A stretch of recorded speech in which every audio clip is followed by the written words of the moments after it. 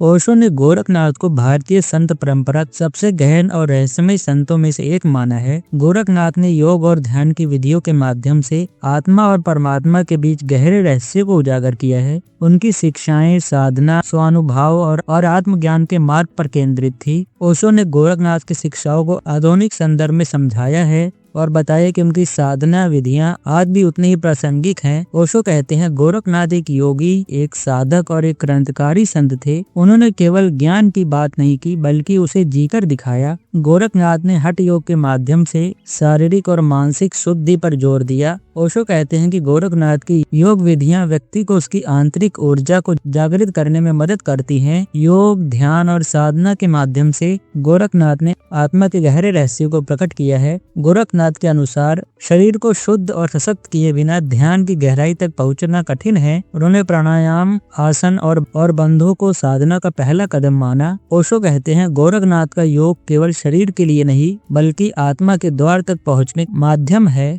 गोरखनाथ की साधना का मुख्य उद्देश्य अमरत्व को पाना था। ओशो कहते हैं, यह अमरत्व शारीरिक नहीं बल्कि आध्यात्मिक है। गोरखनाथ के अनुसार आत्मा अमर है और इसे पहचानना ही साधक का अंतिम लक्ष्य है। गोरखनाथ ने कहा कि जब साधक अपनी ऊर्जा को सही तरीके से साधता है तो वह मृत्यु के भय से मुक्त हो जाता है। यह अमरत्व शारीरिक मृत्यु से परे है, आत्मा की अनंतता का अनुभव है। अमृत की खोज गोरखनाथ का सबसे गहन संदेश है। गोरखनाथ ने अहंकार को साधना में सबसे बड़ी बाधा माना है। ओशो बताते हैं कि गोरखनाथ जी की साधना विधियां साधक को अहंकार से मुक्त करके उसे परमात्मा के साथ जोड़ती हैं। गोरखनाथ जी कहते हैं, जब तक व्यक्ति मैं को नहीं छोड़ता तब तक वह परमात्मा तक नहीं पहुंच सकता। उनकी साधना का हर चरण अहंकार को तोड़ने और आत्मा को उन्मुक्त करने के लिए था। गोरखनाथ का योग अहंकार को समाप्त करने और आत्मा को मुक्त करने का मार्ग है। गोरखनाथ ने हजारों साधना की विधियां दी हैं। उनमें सबसे प्रमुख है कुंडलिनी जागरण। गोरखनाथ ने कुंडलिनी ऊर्जा को जागृत करने की विधियां दी हैं। ओशो कहते हैं कि गोरखनाथ की साधना विधियां कुंडलिनी को जागृत करके व्यक्ति को उच्चतम चेतना तक ले जाती हैं। मौन और ध्यान। गोरखनाथ ने मौन और ध्यान को साधना का मुख्य आधार माना है। ओशो कहते हैं, गोरखनाथ का मौन साधक को उसकी आत्मा से जोड़ता है। रोज 10 से 15 मिनट के लिए मौन में बैठें, अपने सांसों पर ध्यान केंद्रित करें और अपने भीतर की ऊर्जा को महसूस करें। ओशो कहते हैं,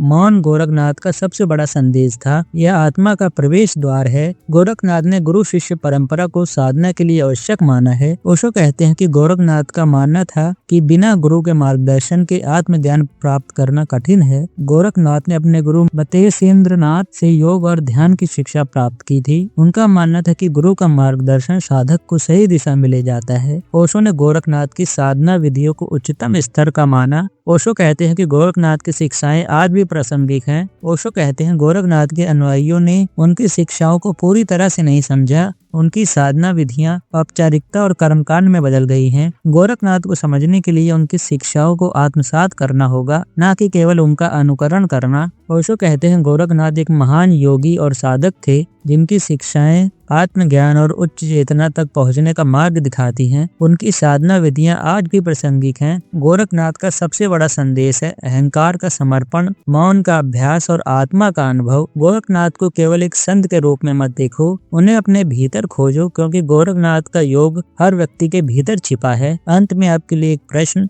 क्या तुम गोरखनाथ की शिक्षाओं को अपने जीवन में उतारने के लिए तैयार हो?